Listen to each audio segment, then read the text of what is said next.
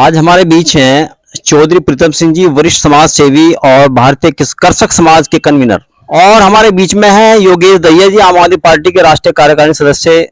साथ में है चरणप्रीत सिंह जी, आम आदमी पार्टी के खेल प्रकोष्ठ के प्रदेश सचिव हैं।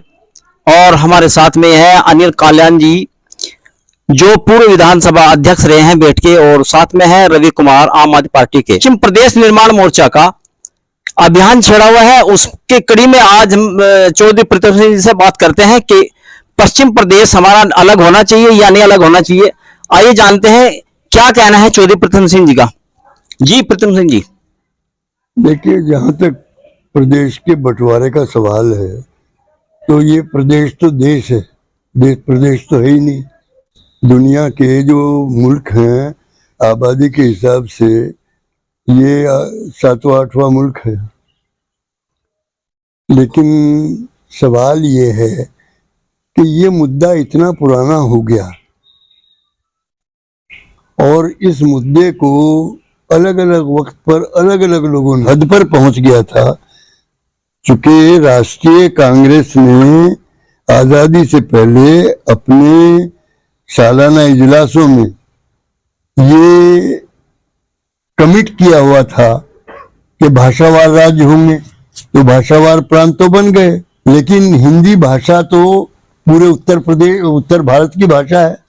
हरियाणा की भाषा भी हिंदी, पहाड़ों की भाषा भी हिंदी, बिहार की भाषा भी हिंदी। तो सवाल ये है कि यहाँ इसलिए, और हमारी बदकिस्मती क्या रही कि यहाँ के लोगों को सिर्फ एक काम पसंद है कि हमारा जो है, जिसे कहते हैं, जैसे नाचने गाने वाला होता है ना, कि भाई प्रधानमंत्री यूपी का, बस इस पे लट्टू। अगर इसका विभाजन हो जाता तो पश्चिमी यूपी आज देश का सबसे अग्रणी इंडस्ट्रियल और दूसरी तरह का तरक्की वाला प्रदेश होता। ये एक मुहिम जो शुरू थी अबुल फजल जी के टाइम में, जो प्रस्ताव हुए थे भाषाई के हिसाब से, तो उसमें क्या आपकी जानकारी के मुताबिक क्या अड़चन रही? देखिए, पोजीशन कुल मिला के ये है कि हम जब यूनिवर्सिटी में थे, ये सन 52 का किस्सा है, तो आंध्र में पोटी श्री रमनू करके एक सज्जन थे।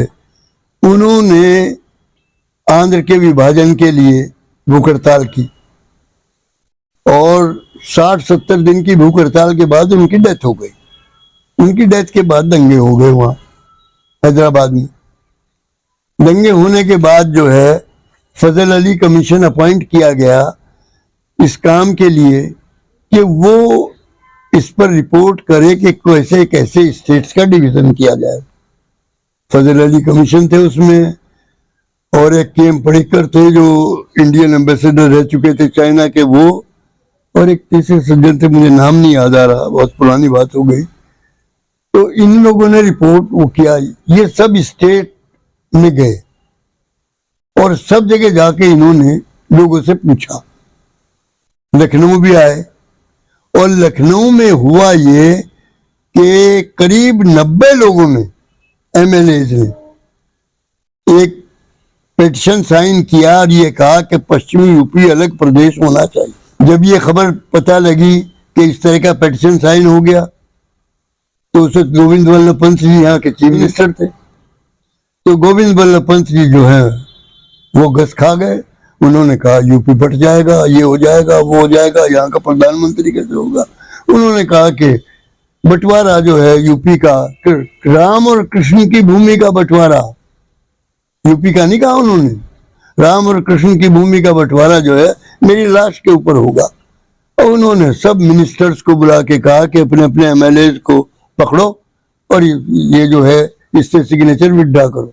सिग्नेचर विड्रॉ कराए।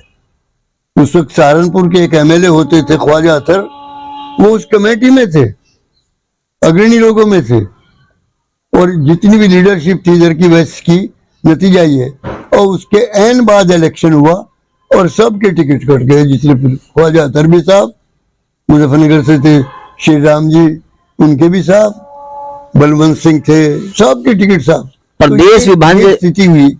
प्रदेश विभाजन के लिए जो एक माहौल बनाया गया था, माहौल नहीं बनाया गया था, दस्तखत होके बाकायदा वो उसकी तो कॉपी आज भी अवेलेबल है, आर्काइव्स में से मंगा लीजिए, देख लीजिए। अच्छा, मेरा चौधरी साहब सवाल ये है कि प्रदेश हमारा बंटना चाहिए या नहीं बंटना चाहिए, और हमें नहीं बचना चाहिए। हमें क्या इस चीज से नुकसानात हो रहे हैं फिलहाल, क्या फायदा हमको होगा यहाँ नहीं, आपको नुकसानात देखिए ना। एक सवाल ये आप बताइए मुझे, आप पूरी वेस्ट यूपी में इंडस्ट्री कौन सी है सिवाय शुगर के, वो गन्ने के ऊपर आधारित, और कोई बड़ी इंडस्ट्री है? आपके पास एक बड़ी इंडस्ट्री थी BHEL, उत्तराखंड में चली गई। एक बहुत अच्छी एग्रीकल्चर यूनिवर्सिटी थी पंतनगर, वो उधर चला गया। FRI था, वो उधर चला गया पहाड़ में। आपके पास क्या है? आपके पास तो कहते हैं कि गन्ना जो है वो पिल के रस तो निकल गया दूसरी तरफ, आपके हिस्से में तो खोई पड़ी है, कुछ भी नहीं पड़ा। समझे ना जी? पहले आपके यहाँ पूरी पश्चिमी यूपी में पहले एक यूनिवर्सिटी थी और एक ही मेडिकल कॉलेज था, मुझे याद है सन 52 में। आगरा में यूनिवर्सिटी थी और आगरा में ही मेडिकल कॉलेज था। अब नतीजा यह है कि आगरा यूनिवर्सिटी की इतनी बुरी हालत थी कि वहां का कहीं रोजगार के लिए कोई एप्लीकेशन जाती थी तो जहां उन्होंने देखा आगरा यूनिवर्सिटी, रद्दी की टोकरी, आगरा यूनिवर्सिटी रद्दी की टोकरी। अब यूनिवर्सिटी बढ़ गई, दूसरी बन गई, मेरिट बन गई, मेरिट भी रद्दी की टोकरी में। अब एक हमारे यहाँ बन गई, ये भी रद्दी की टोकरी में। सवाल ये नहीं है, सवाल न तो यहाँ एक्सीलेंस ऑफ एजुकेशन है, न एक्सीलेंस ऑफ इंडस्ट्री है, न एक्सीलेंस ऑफ किसी और नो हाउ में है, धंधे में। बकौल आपके तो काश्तकार जो है वो चूंकि मेहनत करता है, गांव में थोड़ी वो गुंजाइश है, और ये नहरें वहरें पहली निकली हुई हैं, जमुना कैनाल और ये गंगा कैनाल, तो इसकी वजह से थोड़ा सा खुशहाली है। बकौल आपके छोटा परिवार होगा, छोटा प्रदेश होगा, तो विकास बेहतर होगा, सरासर बेहतर होगा। आपने देखा, मुझे याद है अच्छी तरह से, जब हरियाणा बना तब ये कमेंट बाकायदा तौर से आई कि हरियाणा तो बन रहा है, हरियाणा पे तो इतना भी रेवेन्यू नहीं इकट्ठा होने का जो उसे तनख्वाह दे पाए। आज हरियाणा जो है कितना अभूतपूर्व राज्य, हरियाणा की छोड़ दीजिए, हरियाणा तो बड़ी चीज है, दिल्ली कितनी बड़ी स्टेट है, अपना छलांग मार रही है तरक्की करने के मामले में। चौधरी साहब, आज किसान दिल्ली बॉर्डर पर पड़े हैं अपनी मांगों को लेकर, MSP वगैरह जो भी मांगे हैं किसानों की, आप इस मांग को किसानों की किस रूप में देखते हैं? किसानों की मांगे बहुत जायज हैं अपनी जगह, लेकिन सबसे बड़ी बात जो है वो ये है कि मैं पहले भी इस बात को कहता रहा हूं और हमेशा कहूंगा कि किसान की लड़ाई जो है वो बहुत स्ट्रांग लॉबी से है। आपके हिसाब में या तो ट्रेडर कमा रहा है आपकी आमदनी का, और नहीं तो आप ये बताइए कि नासिक में पैदा किया लोगों ने लहसुन, और लहसुन सड़क पे फेंकना पड़ा, और वही लहसुन उसी साल 60 और 70 रुपए किलो बिक गया। तो यहाँ तो सारा का सारा जो मामला है मार्केटिंग का है। शुगर फैक्ट्री है, शुगर फैक्ट्री में मार्केटिंग जो है वो सारा का सारा ये है। अब आप बताइए, दूसरी बात यह है कि राजनीतिक पतन इतना भयंकर हो गया है कि जमुना पार 3 साल से गन्ने का रेट 18-20 रुपए ज्यादा है, यूपी से ज्यादा है, यूपी से ज्यादा है, रिकवरी हमारी ज्यादा, रेट उनका ज्यादा। समझे ना जी? 28 फैक्ट्री यूपी की ऐसी हैं जिनका पिछले साल का गन्ने का पेमेंट अगले साल होता है, किसी को परवाह नहीं। पार्लियामेंट भी गूंगी, असेंबली भी गूंगी। मुझे याद है एक राम अवतार त्यागी हुआ करते थे, वो एक उनका कॉलम होता था हिंदी के हिंदुस्तान में, दिल्ली ऊंचा सुनती है। अब तो ना दिल्ली ऊंचा नहीं सुनती, दिल्ली सुनती हैं। योगी दैया जी हैं हमारे बीच में, आम आदमी पार्टी के राष्ट्रीय कार्यकारिणी सदस्य और भावी प्रत्याशी हमारे लोकसभा के यहाँ से। आइए उनसे बात करते हैं। पश्चिम प्रदेश निर्माण मोर्चा जो बना है, इसकी जो कर्नल सुधीर साहब वगैरह जो टीम है, पूरी मुहिम छेड़ी हुई है, उसके बारे में क्या कहेंगे आप? देखिए, ऐसा है, जब भी विभाजन हुए या बदलाव हुए, उन्होंने बलिदान बहुत मांगे। एक संगरूर हुआ, टप्पल हुआ, पॉलिसी बिल्कुल चेंज हो गई। एक रामपुर तिराया कांड हुआ, उत्तराखंड अलग हो गया। तेलंगाना में आग लगी, तेलंगाना अलग हो गया। पश्चिम यूपी में अभी वो मुझे नहीं लगता कि इस तरह आया है कि हर आदमी की जबान पे और हर आदमी की ये नियत हो कि नहीं हम इसे लेके रहेंगे। आज छोटे छोटे प्रदेश हैं, हरियाणा है, हिमाचल है, उत्तराखंड है, पंजाब है, जिनको सारों को भी मिला ले तो यूपी उन सबसे भी बड़ा हो जाए। उन सबके बारे में जैसे अभी चौधरी साहब ने बताया, उनकी इंडस्ट्रियल पॉलिसी देख लीजिए, उनके डेवलपमेंट देख लीजिए, वहां के लोगों के रहन सहन देख लीजिए। और उत्तर प्रदेश कहने को उत्तम प्रदेश है, लेकिन ये प्रदेश सबसे पिछड़ा प्रदेश दिखाई दे रहा है। आप जो किसान फिलहाल परेशान हैं अपनी मांगों को लेकर, केंद्र सरकार पर प्रेशर बना रहे हैं दिल्ली बॉर्डर पे, क्या उनकी मांग जायज है? 14 से पहले हमारे प्रधानमंत्री खुद इस बात की सफाई मंचों से दे रहे थे कि ये सबसे जरूरी बड़ी चीज है किसान के लिए। उन्होंने अभी भारत रत्न दिया है डॉक्टर एमएस स्वामीनाथन को। डॉक्टर एमएस स्वामीनाथन ही इसके रचयिता हैं C2 + 50%। एमएस स्वामीनाथन जी की किसान आयोग की रिपोर्ट 2006 से संसद के पटल पर रखी है, जिनको भारत रत्न दिया गया है। जी, उन्हीं की रिपोर्ट है, इसी सरकार के सामने है, सब कुछ है। लेकिन किसानों को केवल खालिस्तानी कहना, आतंकवादी कहना, जो सुरक्षा के और मतलब विपरीत दशाएं हम बॉर्डर पर पाकिस्तान और चीन के साथ नहीं करते, साथ साथ सतह की सुरक्षा लेयर जो है हमने वहां लगाई हुई है।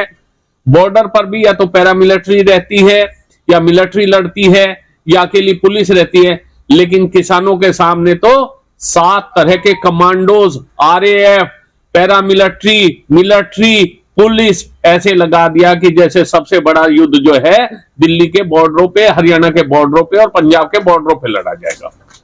अच्छा, किसानों की इसके अलावा और क्या समस्याएं इस तरह की हैं जो किसान परेशान रहते हैं? कर्ज माफी को लेकर किसान बहुत परेशान रहते हैं, ऐसा क्या मामला? देखिए, मैं ये नहीं कहता कि कर्ज माफी क्यों होनी चाहिए और कैसे नहीं होनी चाहिए। ये सरकार ये बता दे कि उद्योगपतियों के 12 लाख करोड़ कैसे माफ होते हैं, वहां क्यों किया जाता है। अगर किसान 60,000 70,000 करोड़ के कर्जे में है और 14-15 करोड़ परिवार हैं, उनके तो आप 60,000 करोड़ भी माफ करने को तैयार नहीं है।